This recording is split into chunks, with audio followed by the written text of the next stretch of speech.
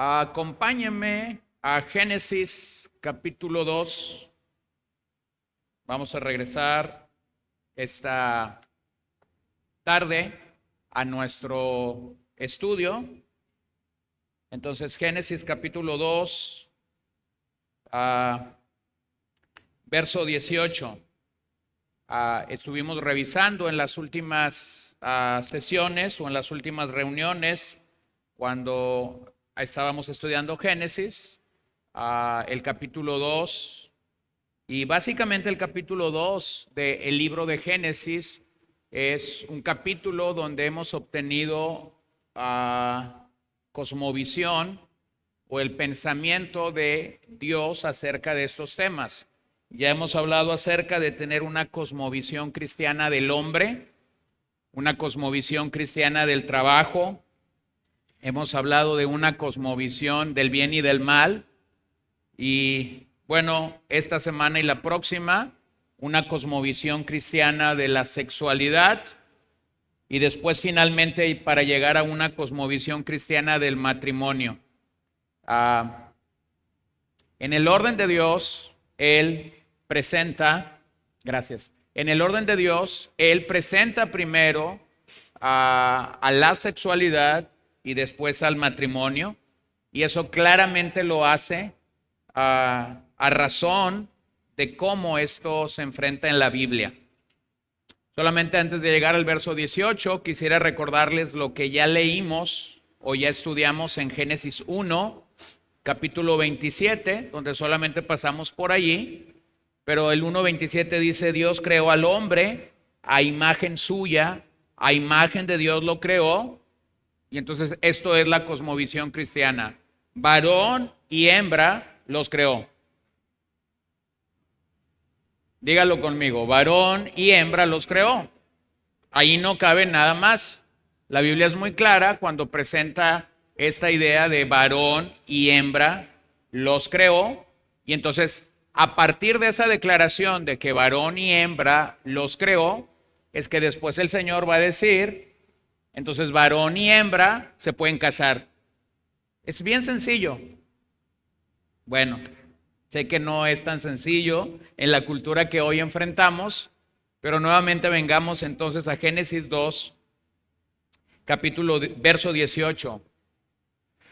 Entonces el Señor Dios dijo: no es bueno que el hombre esté solo, le haré una ayuda adecuada.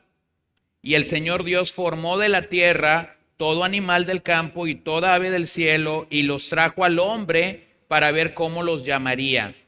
Como el hombre llamó a cada ser viviente, ese fue su nombre. El hombre puso nombre a todo ganado y a las aves del cielo y a todo animal del campo. Pero para Adán no se encontró ayuda que fuera adecuada para él. Entonces el Señor Dios hizo caer un sueño profundo sobre el hombre y éste se durmió. Y Dios tomó una de sus costillas y cerró la carne en ese lugar. De la costilla que el Señor Dios había tomado del hombre, formó una mujer y la trajo al hombre. Y el hombre dijo: esta es ahora hueso de mis huesos y carne de mi carne. Esta será llamada mujer porque del hombre fue tomada. Por tanto, el hombre dejará a su madre y a su madre y se unirá a su mujer y serán una sola carne. Ambos estaban desnudos, el hombre y su mujer, pero no se avergonzaban. Entonces, vean en el orden de la creación. En el orden de la creación, primero Dios define algo que es realmente sencillo. Varón y hembra los creó.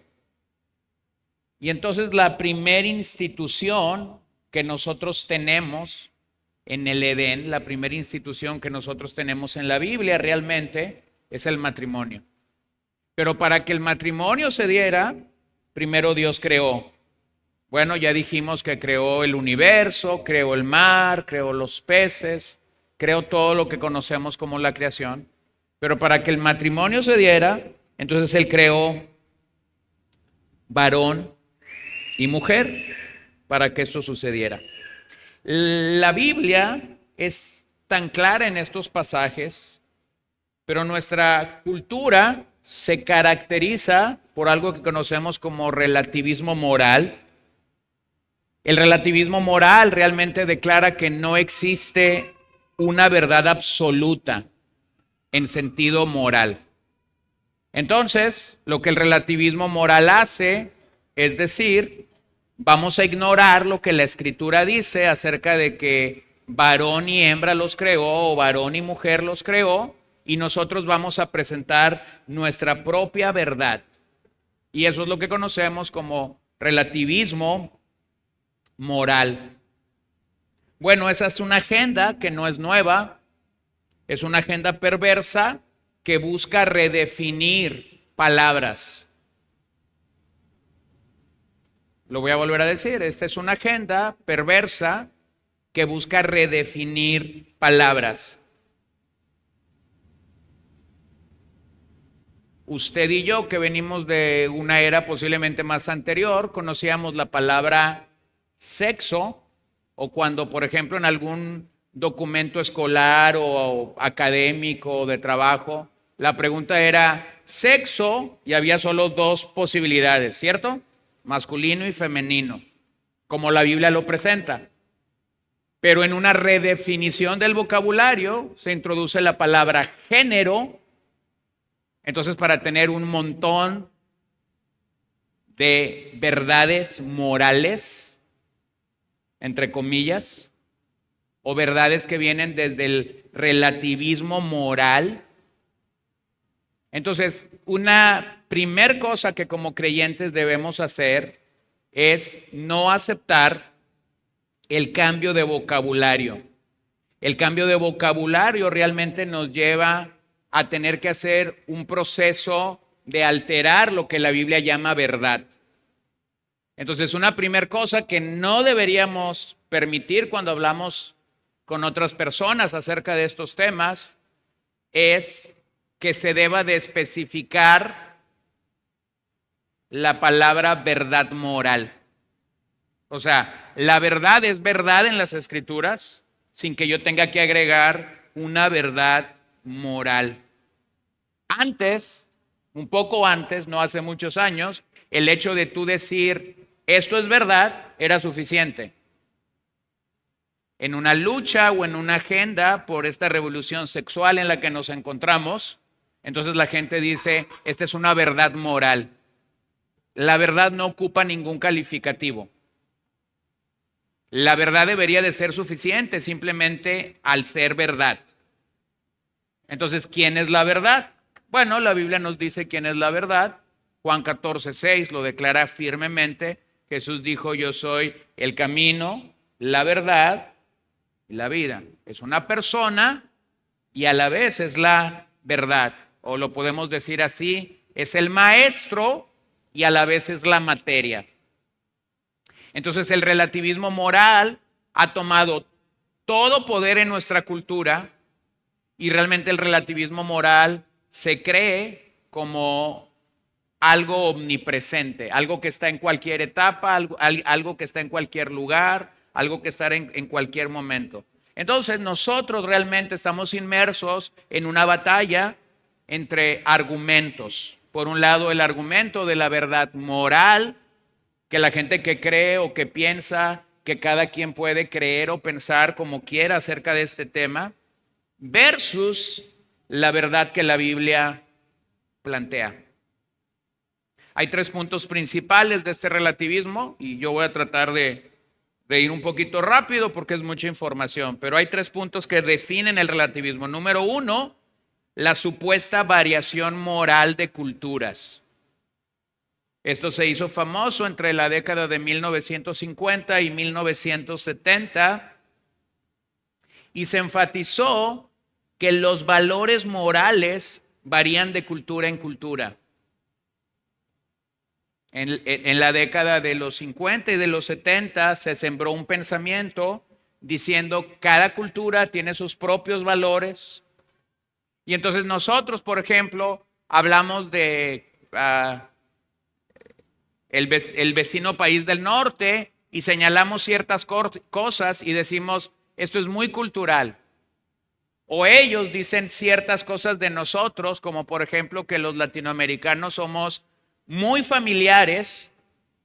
Eso significa que nos juntamos todos los fines de semana y celebramos todas las cosas. Y entonces los americanos dicen, es que ustedes los latinoamericanos son muy familiares y agregan algo, por cultura. Y nosotros decimos algo como esto, es que ustedes los norteamericanos son muy secos por cultura. Bueno, eso es algo que fue sembrado entre la década de los 50 y de los 70, y la conclusión de ese pensamiento es que no hay verdades, no hay valores, no hay verdades morales absolutas, y por eso lo que hace el vecino país del norte no necesariamente es lo que hace el vecino país del sur. ¿Qué respondemos ante eso? Bueno, que el argumento puede confundir lo que es valioso de lo que realmente se valora. Y lo que realmente decimos es que las culturas valoran apreciaciones diferentes. Algunos valoran el trabajo, otros valoran la familia, otros valoran el tiempo libre, otros valoran las vacaciones. Diferentes. Escucha lo que C.S. Lewis dice en su famoso libro Mero Cristianismo. Lo que es moralmente valorado no varía entre culturas. Lo que es moralmente valorado no varía entre culturas. Todas las culturas valoran la justicia, la honestidad, el respeto por la dignidad humana. Luis afirmó que no son los valores los que varían, sino las formas en que se entienden que estas cosas se logran. Entonces el punto es que el relativismo llevó a una supuesta variación permitida entre culturas. No estoy diciendo que esto está bien, pero necesito simple y sencillamente revisar por qué es que el relativismo moral ha logrado lo que ha logrado. Número 2, el relativismo moral apoya la tolerancia. Esta palabra que no hace muchos años no estaba dentro de nuestro vocabulario, como ahora nosotros escuchamos que se usa, como ahora nosotros escuchamos que se practica. Bueno, simplemente de paso déjenme decir lo que es el cristianismo y repetir lo que es el cristianismo. El cristianismo no es inclusivo. Voy a trazar estas palabras que son caminan muy de la mano. La tolerancia en nuestros días camina muy de la mano con la inclusividad. Entonces aquí va el punto. El cristianismo no es inclusivo. El cristianismo es exclusivo. Para que alguien pueda definirse como cristiano y ser exclusivamente cristiano, debió haber recibido la gracia, debió haber recibido la fe de Jesús, del Señor, para creer en Él y para entonces identificarnos como el pueblo de Dios. Y yo sé que esto va en contra totalmente de la generación actual en la que tú y yo vivimos. Porque la generación en la que tú y yo vivimos grita que hay que ser inclusivos. La segunda verdad que quiero decirte del cristianismo es que el cristianismo es intolerante, no tolerante. Esa es otra verdad que va en contra de la sociedad en la que nosotros vivimos. La tolerancia te dice, déjalo ser como él quiere ser. La Biblia te dice, si él está pecando, él tiene que dejar de pecar. Entonces, imagínate, estamos nosotros proclamando a Cristo en una sociedad que se define a sí misma como tolerante y como inclusiva. Entonces tú llegas, abres la Biblia y le dices a la gente, el cristianismo es intolerante y exclusivo. Y eso nos lleva a un punto muy sencillo. Ese era el evangelio de Jesús. Ese era el evangelio que predicó Pablo, que predicaron los apóstoles. Un evangelio que básicamente no estaba tratando de ganar a la gente a través de la inclusividad o de la tolerancia. ¿Qué tenemos que hacer? Fue la voz popular cuando escucharon predicar a Pedro en el capítulo 2. ¿Qué tenemos que hacer para recibir este evangelio, para recibir este regalo? ¿Recuerdan la respuesta de Pedro? ¿Cuál fue? Arrepentidos. La expresión de arrepentimiento y el llamado de arrepentimiento una y otra vez se repite y la idea es, no somos tolerantes. Entonces el relativismo moral apoya la tolerancia. La universidad se ha convertido en un campo activo para propagar el relativismo moral como posiblemente ninguna otra entidad. El entretenimiento de nuestros días es otra entidad en la que el relativismo moral camina y abunda. Es bien sencillo lo que te voy a decir. ¿Quieres ser adoctrinado por el relativismo moral? Escucha a los cantantes que más discos venden en nuestros días. Al que tú me pongas. Al cantante que tú me pongas, que ahora vende millones de discos en todo el mundo, que tienen una carrera en la cual tú estás diciendo están en todo el mundo. Simplemente vean esto, gente que ni siquiera entiende el idioma y que están ahí diciendo tiene buena música, canta perfecto, canta magnífico. Estos son los predicadores del relativismo moral en nuestros días. Y la gente los sigue y la gente los admira, aunque ni siquiera entiendan lo que están diciendo en sus palabras. Entonces vean cómo el relativismo moral apoya la tolerancia. Si tú pasas las canciones de estos artistas en el filtro que yo te estoy diciendo, que el cristianismo es intolerante y a la vez es exclusivo, te lo puedo asegurar que no pasarían ese filtro. No lo pasarían. Entonces, ¿cómo cedemos o cómo hemos perdido cómo hemos perdido nuestro efecto realmente de ser una contracultura enfrentando este relativismo cultural, que en vez de rechazarlo, nosotros lo vamos permitiendo poco a poco? Número 3, el relativismo moral es muy persuasivo. Es muy persuasivo. Hay un programa en los Estados Unidos, es uno de los programas más vistos y ahora en cualquier plataforma está en varias temporadas, pero es el famoso show de Oprah. El famoso show de Oprah tiene una expresión y ella realmente ha sido una propulsora del relativismo, y la expresión que esta mujer usa una y otra vez para permear el relativismo moral es una pregunta, y la pregunta es esta: cuando enfrenta un tema moral o cuando están enfrentando un tema moral, que le encanta enfrentar temas morales, la pregunta que ella hace es, bueno, ¿y quién sabe? O sea, ¿quién sabe que si lo que tú estás diciendo realmente es bueno? Bueno, ¿y quién sabe? De tal manera que muchas personas en la Unión Americana y en otros países identifican el show de Oprah por esta expresión. La propuesta detrás de esta expresión es que debemos de ser relativistas morales y oponernos a la afirmación de que hay una verdad moral, ya que estas preguntas son difíciles de responder. ¿Qué le diríamos a una persona, por ejemplo, que te está diciendo que las preguntas morales son difíciles de responder?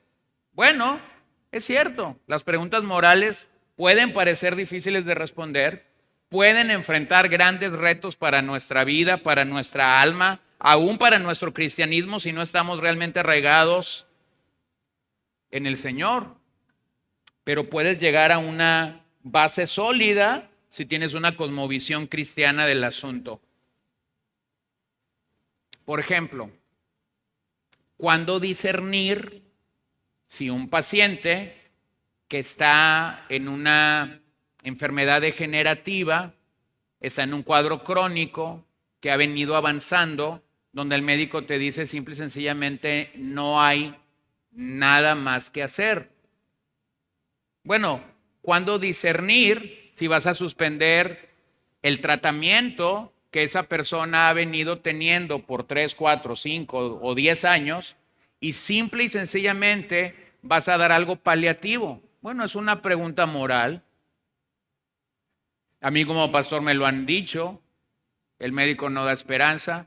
¿Crees que debamos dejar de dar el medicamento que esta persona ha tenido por tantos años? Y bueno, tengo que explicarle a la gente lo que es la alternativa paliativa. Tengo que explicarle que dentro de lo paliativo por lo menos hay que tener al enfermo bien hidratado, ayudar a enfrentar el tema del dolor y finalmente permitir que Dios decida cuándo esa persona va a llegar a su momento final. Pero son preguntas morales que a veces la gente no quiere llegar al punto de decir, estaríamos ahí. Bueno, el relativismo moral realmente ha hecho un gran daño, porque el hecho de que la verdad sea difícil de discernir no significa que la verdad no exista. Entonces, lo que vemos en estos 3 puntos es que la conclusión nunca se alinea con la premisa. El relativismo moral realmente nunca se alinea con la premisa de la verdad de Dios. Entonces yo simplemente quisiera hacer una pregunta y que tú y yo pudiéramos llegar a esa pregunta. ¿Quién sabe que está mal? O sea, cuando hablamos de definir la verdad y el engaño, lo bueno de lo malo, ¿quién califica para saber qué está mal? ¿Los filósofos, los sociólogos, los antropólogos, la agenda LGBT, el proyecto de naciones para el año 2030 o Dios? Bueno, Dios sabe que está bien, Dios sabe que está mal, Dios lo sabe todo, Dios conoce nuestras motivaciones, Dios conoce nuestras intenciones. Y la verdad que hay detrás de todo esto es que Dios no calla. Cuando pensamos entonces en cómo todo esto se ve, la verdad o la realidad es que Dios no calla. Lo que Dios dice sigue siendo una verdad, lo que Dios dice sigue siendo una realidad para nosotros y por eso nuestra cosmovisión acerca de este tema debería ser una cosmovisión totalmente bíblica. La fe cristiana entonces señala que la verdad se basa en Dios. Dios mismo afirma la verdad, Él únicamente es virtuoso, Él únicamente define la verdad. Entonces déjame leer algo del doctor Miguel Núñez. Escribió un libro hace un par de años sobre el tema que se llama La Revolución Sexual y él introduce el libro diciendo lo siguiente: la revolución sexual ha comenzado a mostrar que el hombre, en vez de ser librado de sus tabúes, está siendo cada vez más esclavo de sus placeres y sufre índices mayores de depresión, ansiedad, falta de propósito, crisis de identidad y suicidios. Esta esclavitud a la que nos referimos afecta al individuo y desestabiliza a la sociedad. Entonces tenemos toda esa revolución sexual, hombres diciendo que son mujeres, mujeres diciendo que son hombres, deportistas ganando preseas en un ring de box donde no deberían haber estado, pero porque tenemos una cultura abierta totalmente a esto están y jactándose después de que tienen la presea de oro en una disciplina. Entonces quiero simplemente volver a repetir esto. Cuando el hombre piensa que verdaderamente está libre, lo que estamos viendo realmente es que el hombre está esclavo. El sexo no es determinado por lo que se siente ni por lo que se cree. El sexo está determinado por una composición genética. O el ser humano tiene una composición XX igual a mujer, o el ser humano tiene una composición XY igual a hombre. Nada más. Entonces, cuando un hombre está diciendo que es mujer o cuando una mujer está diciendo que es hombre, simplemente lo que tendríamos que hacer es ir a la composición genética para ver cómo la biología simple y sencillamente ratifica lo que la Biblia dice desde el principio. Varón y hembra los creó. Bueno, usted y yo hemos visto esto en varias partes, pero entonces en medio de esta confusión y de esta irracionalidad donde vivimos, lo que usted y yo estamos viendo en esa revolución sexual es realmente una irracionalidad completa. Hombres y mujeres diciendo cosas que son totalmente aberrantes en la gramática, en la biología o en cualquier ciencia que usted quiera decirlo. Pero es bien sencillo. Cuando una mujer que se cree hombre tiene problemas en sus órganos sexuales, dígame con qué médico va a terminar. Con un ginecólogo. Cuando un hombre que se cree mujer y tiene problemas en sus órganos, ¿con quién va a terminar? Con un urólogo. Y lo único que eso te dice es que la biología está contradiciendo lo que un hombre puede creer acerca de su sexualidad y lo que una mujer puede creer acerca de su sexualidad. Entonces, si nosotros pasamos por el filtro de lo que la Biblia dice, todas estas creencias, bueno, llegaríamos simplemente a definir que es imposible. Entonces, ¿qué es lo que esta revolución sexual está haciendo?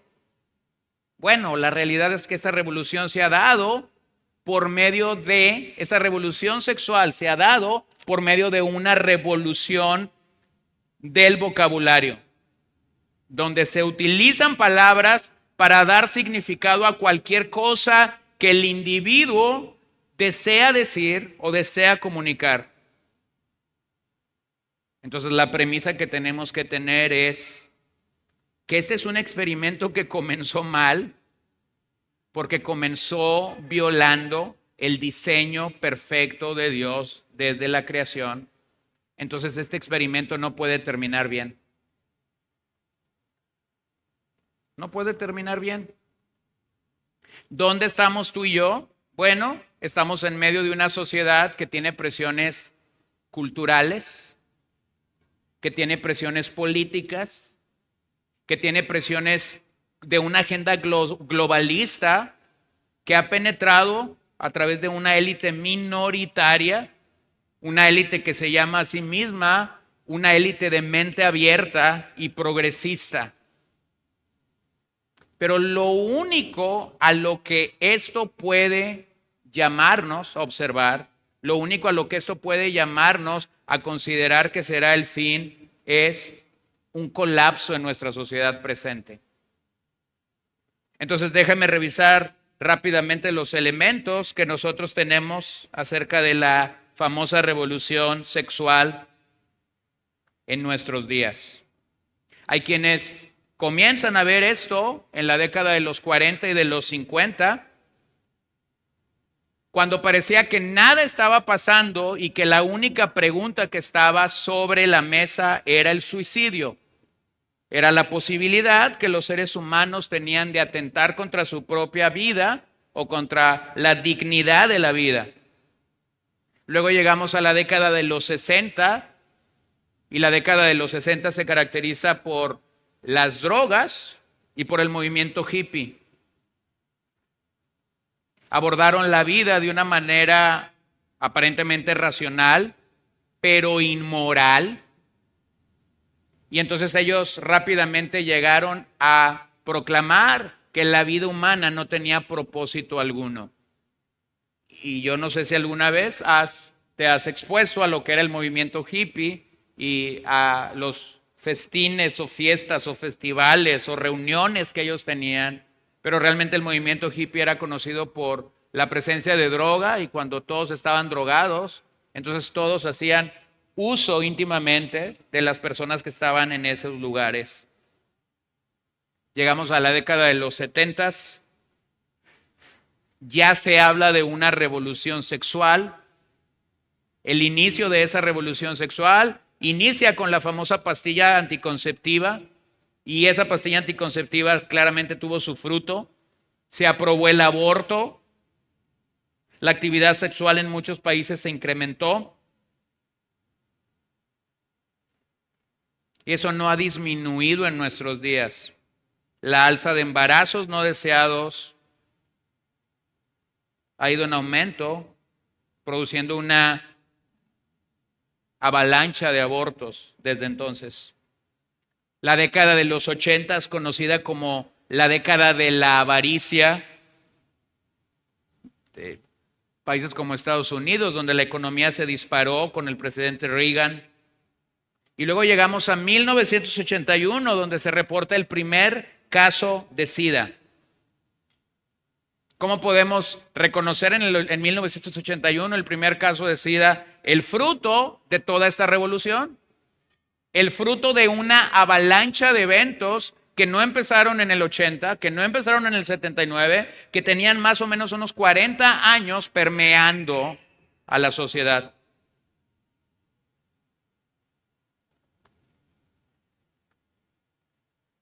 Eso nos lleva a reconocer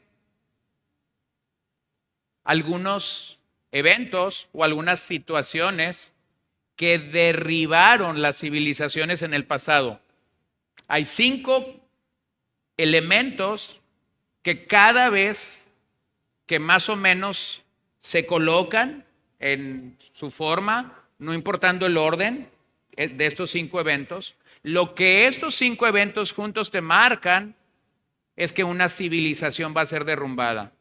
Pasó con Egipto, pasó con Roma. Entonces aquí te van estos 5 eventos para que te des cuenta dónde nosotros estamos. Estos 5 eslabones presentes han marcado, cada vez que una civilización ha caído, han marcado su derrota o su desquebrajamiento. Número 1, quebrantamiento de la ley y el orden. Pregúntate esta noche si nosotros tenemos un quebrantamiento de la ley y el orden. Número 2, aumento de erotismo. Bueno, pregúntate si tenemos eso el día de hoy. Número 3, entretenimiento excesivo. Pregúntate si lo tenemos. Número 4, sistema de impuestos complejos. Pregúntate si lo tenemos. Y número 5, el aburrimiento. Cuando una sociedad dice, estamos aburridos. Bueno, Roma tuvo estos 5 elementos siendo un gran imperio, y entonces la derrota de Roma estaba lista para llevarse a cabo cuando tuvo estos 5 elementos. ¿Sabes que nuestra sociedad actual, en cualquier país del mundo en el que tú te paras, tiene estos 5 elementos presentes el día de hoy? La gente de nuestros días dice, estoy aburrida. Tienes una pantalla de 65 pulgadas frente a tu cama, tienes un teléfono en tu mano, hay una computadora en tu escritorio, hay un iPad en tu gaveta, acabas de llegar de vacaciones, vas a jugar golf el sábado, vas a ir a una fiesta el domingo, pero tú estás diciendo estoy aburrido. Despiertas por la mañana a las 7 o a las 8 o a las 6, no sé a qué horas, despiertas, te estiras y dices, wow, qué aburrido estoy. Bueno, muchos han dicho que nuestra sociedad no debería de estar allí, porque es una sociedad que tiene muchas cosas, pero estamos ahí. Mira más o menos cómo esto se comporta en el entretenimiento. 2/3 partes de los programas en televisión tienen contenido sexual. Bueno, cuando yo era niño, los horarios, Los horarios estelares en la televisión empezaban más o menos a las 8 o 9 de la noche, 10 de la noche. Y los padres sabían que ese era el posible horario con contenido sexual. Bueno, eso es historia en nuestros días. Tú puedes prender el televisor a las 7 de la mañana y hay contenido sexual. Puedes estar viendo un programa de estos de tonterías, de revista que hay en las mañanas y hay contenido sexual. Tienes un programa de política y hay contenido sexual. Tienes un programa de deporte y hay un contenido sexual. No sé si has visto que hasta el clima nos lo presentan con contenido sexual. Entonces, 2/3 partes de los programas en televisión realmente tienen un contenido sexual. Más de 4 escenas relacionadas con el sexo cada hora por televisión. Eso más o menos califica como que cada 15 minutos debería de haber una escena de índole sexual en la televisión. 14% de los programas actuales de televisión presentan relaciones íntimas. Los adolescentes pasan más tiempo frente al televisor que cualquier otra actividad. La sexualidad forma parte del diario vivir de la generación contemporánea. Bueno, esa es nuestra realidad. Ahora nuevamente cito a C.S. Lewis en Mero Cristianismo. El hombre no inventó el sexo, ¿cierto? El hombre no inventó el sexo. El hombre lo pervirtió. Fin de la cita. Bueno, Dios realmente, de una manera divina, como leímos en el 2:25, dice que Adán y Eva estaban desnudos y no se avergonzaban. Dios realmente es el inventor del sexo. El límite de esas relaciones están en el matrimonio, pero entonces el hombre en pecado se ha dedicado a pervertirlo.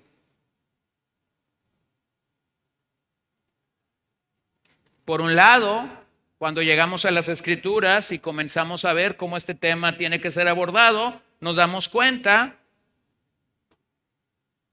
que nuestras relaciones tienen que ser santificadas a través de lo que Dios cree de este tema.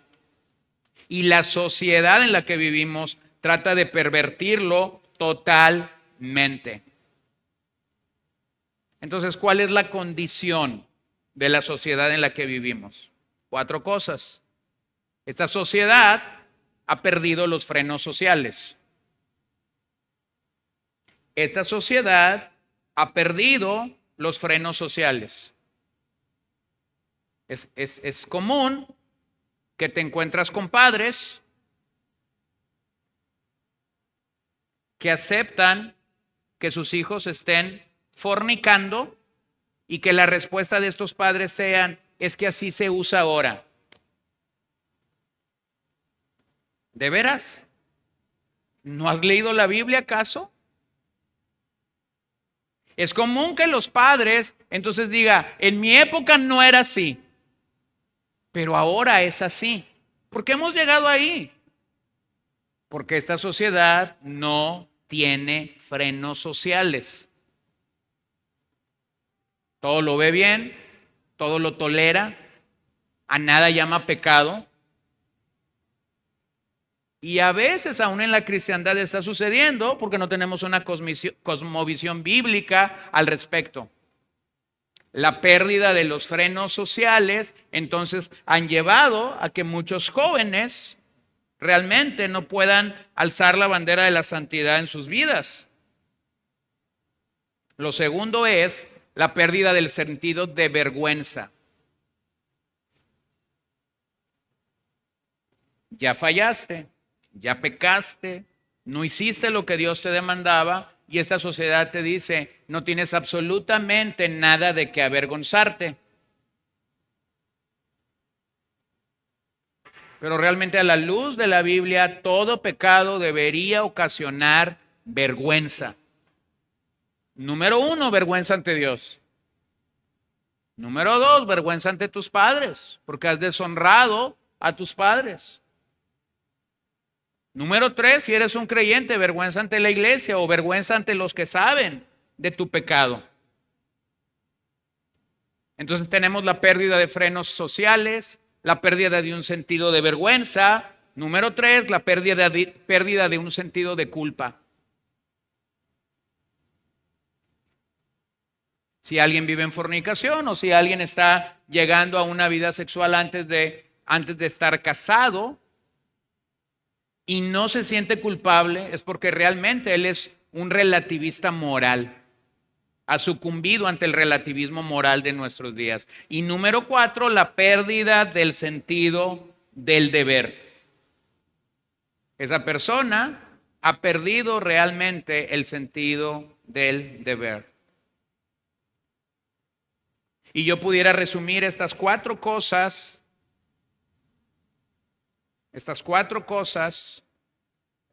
como la pérdida de la virtud.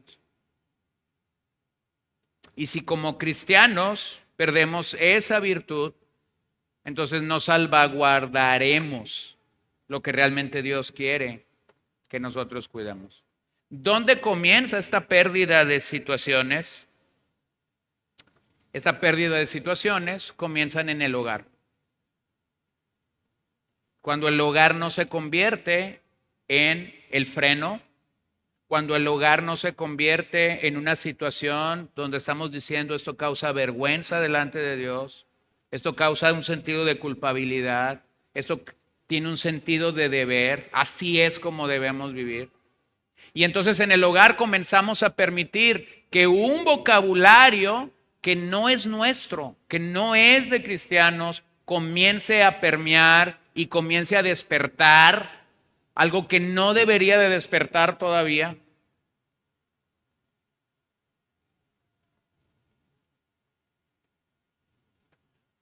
Yo sé que han escuchado esta expresión, pero bueno, la acabamos de leer. Sirve muy bien como ilustración. Pero realmente Adán estaba dormido. ¿Cómo estaba? Dormido cuando Dios le trajo a Eva. Estaba dormido. Entonces, permítame decir esto si usted es un padre o si usted está en el trabajo de llegar a ser un padre. Sus hijos deben estar dormidos al tema del amor, no despiertos. Mientras más chicos despiertan, entonces tú, en vez de ser una frontera al relativismo moral, en vez de ser como una compuerta de una presa, tú realmente estás abriendo una compuerta enorme para el relativismo moral. Entonces es sencillo. Es sencillo. Nuestros hijos crecen permeados por una sociedad que cree en el relativismo moral, que creen en que todo esto puede ser factible, pero los primeros que debemos de oponernos a esta cultura de relativismo moral somos los padres. Entonces, ¿qué haces como padre cuando esto trata de asomarse? Y hermanos, vivimos en una sociedad que es así de exagerada. El niño está en brazos. Llegas a una fiesta, tu hijo es varón, y llegas a una mesa donde otra familia tiene a una niña en brazos y ya comienzan a arreglar el matrimonio. Bueno, voy a usar esta palabra solamente de forma ilustrativa para ver si a través de esta palabra nos cae el 20. ¿Eso es una estupidez? Discúlpame si tú lo has hecho, pero eso es una estupidez. Adán estaba dormido y nosotros como padres tendríamos que asegurarnos que nuestros hijos estén dormidos. No estoy diciendo que estén dormidos hasta los 40 años, no, tampoco estoy diciendo que estén dormidos hasta ahí, pero deberíamos de asegurarnos que no despierten mínimamente hasta cuando tú sabes que están preparados para que despierten, que su carácter está un poco avanzado o caminado. Pero si tú estás permeando para que ellos despierten a temprana edad, hermano, no te asustes el día de mañana cuando tu hijo o tu hija realmente haya sucumbido completamente ante el relativismo cultural o moral de nuestros días. Nuestra realidad es triste, es real, pero mientras más temprano veamos esta realidad, mientras más temprano seamos sensibles de lo que esta realidad nos enfrenta, entonces nosotros podremos enfrentar esta realidad de una manera clara. Josh McDowell, alguien que ha escrito mucho sobre este tema, dice: la verdad se ha convertido en una cuestión de gusto. La verdad se ha convertido en una cuestión de gusto. La moralidad ha sido reemplazada por preferencias individuales. La moralidad ha sido reemplazada por preferencias individuales. Eso es triste, pero eso es una realidad que golpea a todos. William Bennett, otro autor que escribe bastante sobre esto, dice: nuestros jóvenes han sido educados en escuelas que profesan ofertar educación libre de valores moralmente neutrales. Los libros de texto y los profesores expresan: no te podemos decir lo que está bien o mal, tú debes decidirlo por ti mismo, solo podemos hacerte consciente de las opciones. Bueno, esa no es la posición de un padre cristiano. La posición de un padre cristiano es no presentar opciones, es presentar la verdad de la Biblia. Y disculpen que estoy siendo tan enfático en nuestra realidad como padres, pero creo que este es uno de los temas menos abonados en nuestros días cuando pensamos en la paternidad. Entonces, regresando al texto que leímos al principio, sabemos que Dios equipó al sexo masculino y al sexo femenino con características muy particulares y que son necesarias en todos los sentidos de la vida. Tomemos el caso de la familia o tomemos el caso del matrimonio. La mujer aporta apoyo emocional, el amor y la comprensión a los hijos que el sexo masculino posiblemente no va a aportar. Por lo menos no en el mismo grado y la calidad que una madre lo hace. Pero el hombre aporta afirmación y seguridad al niño que posiblemente la madre no va a proveer. ¿Por qué sucede eso? Es sencillo. Simplemente por diseño de Dios. Entonces, rápidamente, permítanme observar las características del hombre y las características de la mujer dentro de lo que sería el hogar o dentro de lo que sería la familia, simplemente para definir esto que ya estamos diciendo. Dios ha creado al hombre con un código binario, hombre y mujer. Él nos hizo dos personas. Él no hizo dos personas solo para proveer compañía. Tampoco Dios hizo dos personas solo para proveer ayuda mutua. Si eso hubiera sido así, entonces Dios hubiera hecho dos Adanes en el huerto o dos Evas en el huerto. Pero hizo a Adán y luego hizo a Eva. Código binario. Y ahí plantó a la primer familia. Yo sé que nuestra sociedad hoy en día dice que Adán y Adán pueden y que Eva y Eva pueden, pero ninguna de estas relaciones pueden procrear. ¿Se han dado cuenta de eso? Por eso su batalla y su batalla y su batalla para adoptar. Esa es la batalla real por la que el día de hoy estas parejas buscan adoptar. Porque Dios no les concedió la gran bendición de procrear. Es un código binario al que ellos jamás pueden llegar. Entonces déjenme ver las características que tenemos ahí. Primero, las características del hombre por diseño. Número 1, su liderazgo. Dios creó al hombre para ser el líder de un hogar. ¿Cómo podemos demostrar eso desde la creación? Bueno, Adán fue creado primero. Adán recibió instrucciones. Adán recibió responsabilidades. Y también Adán recibió prohibiciones. De esa manera Dios lo capacitó para liderar la creación, para sojuzgar la creación, lo estableció para establecer la creación bajo su cuidado. Entonces, ¿cómo se ve el liderazgo de un varón? Me encanta como John Piper lo dice. John Piper dice que un varón debe de ser valiente como un león, manso como una paloma. El buen liderazgo de un hombre en el hogar debe de ser esto: valiente como un león, manso como una paloma. ¿Qué arruinó esto? ¿Qué arruinó que el liderazgo de un hombre pueda verse de esta manera? Génesis capítulo 3, la llegada del pecado. ¿Ok? Número 2, al hombre se le proveyó de una fortaleza física que no se le proveyó a la mujer. Bueno, pero si yo voy al gimnasio, dijeran algunas, yo cargo más kilos que mi esposo. Bueno, pero de manera general eso no se ve así. Primera de Pedro 3:7, cuando el Señor está hablando cuando Pedro está hablando de la figura del matrimonio, Pedro utiliza esta expresión de la mujer y dice que es un vaso más frágil.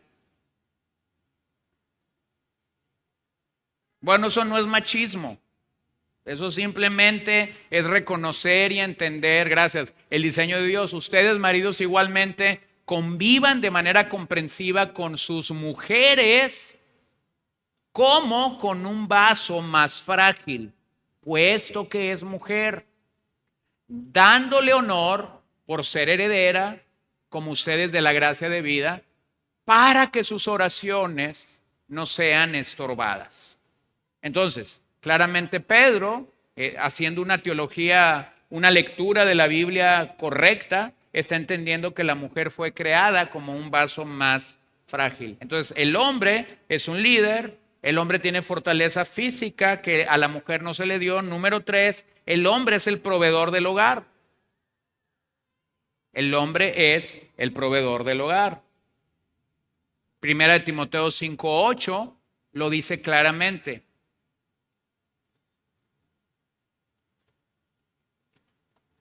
Pero si alguien no provee para los suyos, y especialmente para los de su casa, ha negado la fe y es peor que un incrédulo. En el contexto del pasaje se está hablando de un hombre. Entonces es un líder, tiene fortaleza física, es un proveedor. Número 3, es un protector. Perdón, número 4, es un protector. El hombre es un protector. ¿Cómo protege? Bueno, protege a través de esa fuerza física que tiene, provee a través de ese liderazgo que tiene. Eso lo lleva a tener un sentido de protección.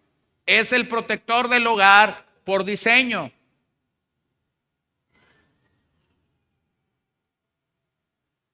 Es el que mata una cucaracha cuando las 4 o 5 chicas de la casa ¡ay!, gritan. Sale al frente y mata a la cucaracha.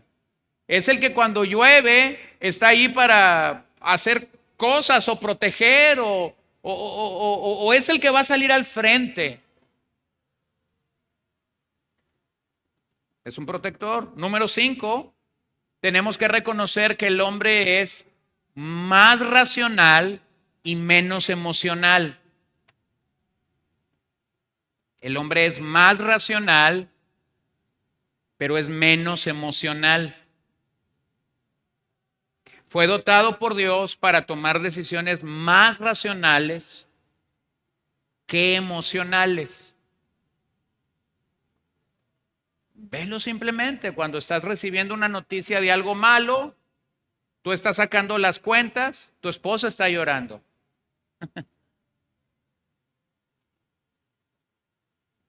Hace un par de años estaba un técnico, había fallado el refrigerador en la casa y estaba un técnico haciendo la prueba y yo veía que nomás a todo decía que no. Y al final me dice, bueno, estábamos cerca del Buen Fin y me dice, bueno, yo te recomendaría que corrieras al Sam's o a donde quieras porque tu compresor acaba de tronar después de 18 años, no hay nada más que hacer y creo que es un buen fin de semana para que tú compres un refrigerador nuevo. Mi esposa no estaba el técnico se fue, yo estaba triste, pero cuando mi esposa llegó y yo le dije, pues no hay nada que hacer, hay que comprar refrigerador. ¡Ah, refrigerador! Y ella estaba haciendo una fiesta, pero yo estaba calculando el costo. El hombre es más racional, la mujer es más emocional. Para mí eso significaba perder una buena cantidad de dinero, para ella significaba algo bueno. Número 6. El hombre tiene capacidad para confrontar la maldad de una manera diferente que las mujeres. Nuevamente, las mujeres, al ser un poquito más emocional que nosotros, pudieran ser fácilmente engañadas en ciertos aspectos. Y de hecho lo vemos en el Edén. Lo vemos en el Edén claramente en Génesis 3. Bueno, vamos a llegar ahí y lo vamos a ver. Pero al hombre se le dio esa capacidad de discernir, de confrontar el mal, de desenmascarar el error, cuando la mujer realmente es fácilmente engañada. No estoy diciendo que siempre o que en su totalidad, pero eso es muy común. Es más, yo debería agregar algo a eso y lo voy a agregar. Eso lo veo claramente en consejería cristiana. Me doy cuenta que muchos problemas que surgen en el hogar, que surgen en la vida cristiana, que surgen en la familia, que surgen en la crianza de los hijos, es porque la mujer fue engañada o creyó algo sin que el marido lo filtrara. Número 7, el hombre tiene una capacidad de ser independiente que a la mujer tampoco se le dio. Ahora, hermanos, esto en el mejor de los casos y en el mejor de los entendimientos de la palabra de Dios en nuestras vidas, se ve muy bien cuando se presenta así en la vida de un varón. Pero nuevamente tenemos que ser claros en esto. Esto se vio afectado o se vio dañado en Génesis 3 cuando el pecado entró a la raza humana. Entonces a lo mejor tú estás pensando, fíjate bien, a lo mejor tú eres mujer y tú estás pensando en tu papá, en tu abuelo o en tu esposo. Y estás sacando una conclusión.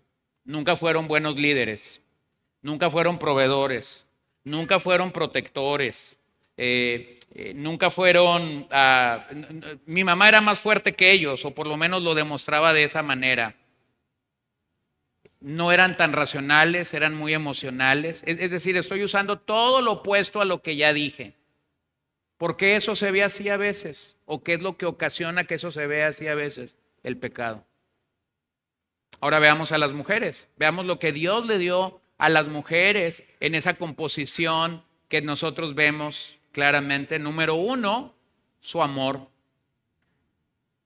El amor de una mujer es, como ya mencioné, es distinto al amor de un hombre. Aunque el hombre también ama, es claro cuando vemos el amor de una madre. Claramente lo vemos. Claramente lo vemos. Por ejemplo, a la llegada de un bebé, ¿no? Cuando un bebé llega, la madre ya lo amó por 9 meses en su vientre. No estoy diciendo que el padre no lo amó, pero el padre es más visible, o sea, lo recibe en sus manos, lo ve, pues sí se parece a mí, pues pesa tanto, pero la madre ya está desbordada en amor, ¿sí lo ven? Porque Dios les dio esa capacidad, porque Dios les dio esa idea clara. Estábamos cenando en la semana con un par de parejas de pastores y entonces estaba la esposa de un pastor contándonos que su hijo de 20 años está por irse de la casa por cuestión de trabajo y entonces mi esposa le dice, y posiblemente no regrese. Y luego yo tengo enfrente a una mamá de 3 varones. El más chico es el único que vive con ellos, pero los otros 2 ya se fueron. Y yo simplemente como jugando se me fue, billar, ¿no? Quería cruzar 2 bolas ahí y entonces le digo a ella, ¿y tú qué opinas? Y entonces se le llenan los ojos de agua a esta hermana y ella dice, no regresan. Se van y no regresan, ¿verdad? Entonces, pero quiero ilustrar con esto, o sea, el amor de esta madre, bueno, yo creo que el mayor se les fue hace como 12 años y tú le ves como si se acabara de ir ayer. Entonces, quiero que vean estos efectos. La mujer tiene esa capacidad de amar que posiblemente el hombre no la tiene tan marcada. No estoy diciendo que no somos amorosos, pero claramente las hermanas nos ganan. Número 2, su ternura. La ternura es algo que describe el rol de una madre, el rol de una esposa, que no se observa frecuentemente en un hombre. No es común encontrarte a hombres tan tiernos, ¿no? Aquí había un hermano muy querido para nosotros, algunos de ustedes lo conocen, terminó siendo pastor, ya fue un pastor yo creo que después de los 60 o posiblemente en los 60. Realmente era un hermano tan amoroso desde que yo era un niño y lo conocí siendo un hermano amoroso, pero finalmente él terminó siendo pastor. Y era chistoso porque parecía que nos poníamos de acuerdo para siempre ir a comprar a la misma tienda y al mismo horario. Y entonces a veces yo jugaba con él me veía y yo lo veía y yo me iba por otro pasillo y él me correteaba. Y él me decía lo siguiente, no me huyas, cobarde, vengo a darte un beso y un abrazo. Y esa era siempre su manera recuerdo estábamos recién casados, Poli, y yo me decía, ¿por qué le sacas la vuelta? Ahorita me va a encontrar, no te preocupes. Pero no lo ves, no es una expresión tan tierna de hombres expresar el amor de esa manera. Bueno, conocí a un pastor y cuando a este pastor le preguntaban cuál era el secreto de que su iglesia hubiera crecido tanto ahí en Tucson, él decía lo siguiente, no es mi enseñanza, no es mi predicación, y él mismo lo decía, soy un buen maestro, pero soy un mal predicador. El secreto de por qué esta iglesia creció tanto es el amor de mi padre. Entonces el padre había sido misionero, había sido pastor, y finalmente el padre lo único que hacía era ser el director de Ujieres. Y entonces a él no se le iba ni uno. Hombre, mujer, anciano, niña, niño, a todos los besaba, a todos los abrazaba, de todos se sabía el nombre. Y alguna vez que vino a la región había 2, 3 hermanos de esta iglesia que se sentían medio raros, ¿no? Y decían, bueno, este hermano, ¿por qué anda besando a todos de esta manera? Entonces el pastor, su hijo, era el pastor de esta iglesia, decía, ese es el secreto de por qué tenemos tanta gente en esta iglesia.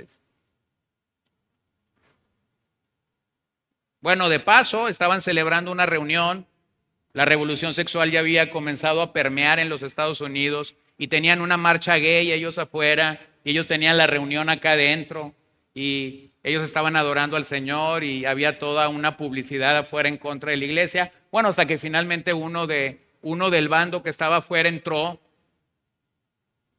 cuando el pastor estaba predicando y cuando el padre del pastor vio entrar a este hombre, se paró a recibirlo en el pasillo de la iglesia con los brazos abiertos. Y cuando llegaron y se encontraron, este hombre lo escupió.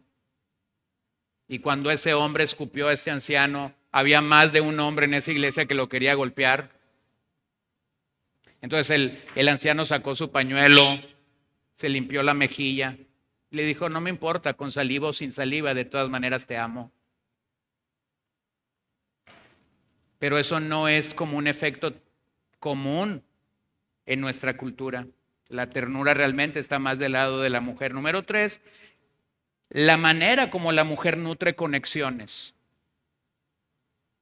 Nutre conexiones con el esposo, nutre conexiones con los hijos, nutre conexiones con otras personas. Esa es la razón por la que posiblemente nos damos cuenta que el Departamento de Relaciones Públicas de tu hogar y de mi hogar está representado por la esposa, ¿no? Cuando yo no sé cómo actuar o cómo llegar a un lugar o cómo introducirme a un lugar. Entonces yo tomo la espalda de mi esposa, no la empujo, pero le doy un pequeño, una pequeña palabra de aliento para que ella vaya por delante de mí y yo le digo, las relaciones públicas son tuyas. ¿Por qué? Porque se dan más fácil las conexiones de una mujer. Número 4, a la mujer se le ha dicho que es ayuda idónea. Eso no se le ha dicho al hombre. Te haré una ayuda idónea. Esta fue la declaración de Dios para Adán en el Edén. Y eso es algo que la mujer ejecuta de manera perfecta. Cuando una mujer es una ayuda idónea en el hogar, es desde ese lugar que ella va a ser un agente de influencia y de colaboración especial del varón. Número 5, la mujer mantiene la armonía del hogar como el varón no pudiera hacerlo. La mujer mantiene la armonía del hogar por excelencia. Quien procura la paz en el hogar no es el hombre, es la mujer. Y número 6, para terminar, su compasión. La mujer es compasiva por excelencia. No estoy diciendo que el hombre no es compasivo por excelencia, pero es compasiva por excelencia. Déjame ilustro esto. Yo estoy manejando, estoy en el cruce de un bulevar, voy rápido a una, no sé si era comida o era cita, sale un chico en una bicicleta y cuando da la vuelta muy cerrada no viene sobre la calle, viene sobre la banqueta, y cuando él da la vuelta se encuentra con uno de estos cables que hay en algunos postes y que son tensos o están duros. Y entonces él va y estrella su llanta en ese cable y lógicamente la bicicleta tiene un efecto de alzarse, de hacer esto y cae. Yo tengo 3 o 4 carros detrás, yo estoy esperando en un bulevar rápido que haya el chance para meterme al medio y dar la vuelta y mi esposa me dice, ¡detente! Yo estoy pensando en que me pueden chocar por detrás. Ella está pensando en el niño de 8 o 10 años que está ahí. Cualquier parecido con esa realidad es mera coincidencia, pero nuestras esposas operan de una manera compasiva que nosotros no esperamos. Entonces los carros comienzan a sacarme la vuelta y ella me dice, por lo menos voy a comprarle 1 litro de agua y se lo voy a llevar. Pero en lo que ella se mete en una farmacia a comprar 1 litro de agua y ella sale para acá, el niño ya se paró, se subió a la bicicleta, empezó a pedalear y se fue. Y entonces ahora a mí me dice, persíguelo. Y yo voy persiguiéndolo por las calles como si fuera de regreso a mi casa para nunca jamás encontrarlo, ni en esta vida, ni en la porvenir, ni en este siglo, ni en el porvenir. Yo no sé qué pasó con él. ¿Pero qué pasa eso? Bueno, porque las mujeres actúan de una manera más compasiva que los hombres. Entonces, ¿qué trato de decirte con todo eso? Que aunque somos diferentes por diseño, porque Dios nos diseñó diferentes, a la par somos complementarios. Es decir, estamos dentro de un pacto o dentro de una realidad binaria donde necesitamos esa porción XX y esa porción XY para poder entender claramente lo que es la vida en matrimonio, aunque esta sociedad, por medio de su relativismo moral, haya redefinido lo que es la unión matrimonial. En el Edén, en la creación, en el resto de las escrituras, el matrimonio sigue siendo la unión entre 2 personas que son totalmente diferentes. ¿Y por qué Dios lo hace así? Bueno, Dios lo hace así para santificarnos. Realmente Dios lo hace así para santificarnos. Usted recuerda aquel proverbio que dice que el hierro se afila con el hierro, ¿no? O con otro hierro. Y así el hombre con otro hombre, dice. Pero el mejor lugar donde nosotros realmente somos afilados, donde nosotros realmente somos animados a confiar en el Señor para nuestro crecimiento espiritual, ese lugar es el matrimonio. Y cuando nosotros entendemos estas diferencias que tenemos y podemos realmente venir a lo que las Escrituras dicen, tendremos un entendimiento mayor y una mejor percepción de lo que Dios demanda de nosotros. Entonces yo quisiera animarte esta noche, como padre, como hijo, como abuelo, como hermano, como tío, o dentro de la posición en la que estás ahora mismo creciendo. Esta es posiblemente la batalla más grande que nosotros vamos a librar en los próximos años. Y si no entendemos la batalla, entonces vamos a ser presas del relativismo cultural, del relativismo moral. Así que quisiera animarte. Comienza desde tu trinchera a hacer lo propio para que tus hijos no cedan a la avalancha que tenemos, al tsunami que tenemos con esa revolución sexual. No empezó ayer y es lo que tenemos que entender. Esta revolución sexual no empezó ayer, tiene décadas permeando. Así que lo que nosotros tenemos es la avalancha de esa revolución y cada vez la bola es más grande. Señor, te adoramos esta noche por tu amor. Te damos gracias porque tu palabra es la verdad, porque tu palabra sigue siendo real a nuestras vidas. Tu palabra sigue mostrando a nuestras vidas, a nuestras mentes y a nuestros corazones la necesidad que nosotros tenemos de buscarte. Bueno, esta es una verdad completa. Como padres necesitamos realmente hacer algo para asegurarnos que la revolución sexual en la que vivimos, el relativismo moral en el que vivimos, no triunfe sobre nuestros hijos. Señor, salvaguarda la vida de nuestros hijos, sí lo pedimos, pero salvaguárdala a través de nosotros. Permite que como padres podamos ser los protectores, que como padres podamos ser los proveedores, los líderes que nuestro hogar necesita, que como hombres podamos tomar el rol que desde la creación tú estableciste que nosotros deberíamos tener. Y también oro por mis hermanas, que ellas puedan tomar el rol de amor, de ternura, de compasión, de ser esta ayuda idónea que tú has decidido que ellas sean para tu gloria. Oro que tú bendigas a nuestras generaciones, oro que tú bendigas a los que han salido de nosotros y que ellos puedan ser una contracultura en su momento, en su generación, como también te pedimos que nosotros la seamos.